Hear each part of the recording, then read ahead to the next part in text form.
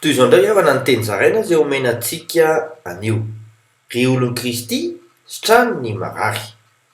Kristy ao anatinao dia afaka manasitrana. Ahako voasoratra amin'ny asan'ny apôstôly toko 7:enina amin'ny anaran'i Jesosy hoe: fa o Petera, tsy manana volafotsy na volamena aho, fa izay ananako no omeko anao. Amin'ny anaran'i Jesosy Kristy avy any Nazareta, mitsangatsangana. Ampiasao izany fa aomby.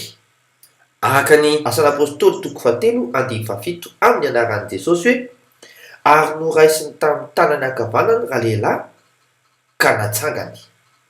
Dia natanjaka niaraka tamin'izay ny tongony sy ny kitrokeliny. Dia ideran'Andriamanitra ireo sitrana.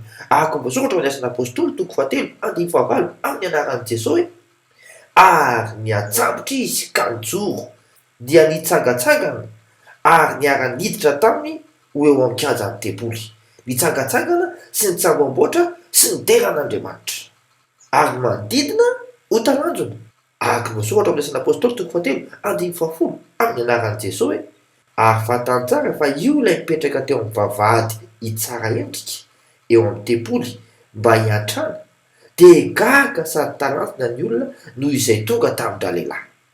Izara fifaliana amin'ny fomba mahagaga ianao. Matokia, mandrapiona tompoko.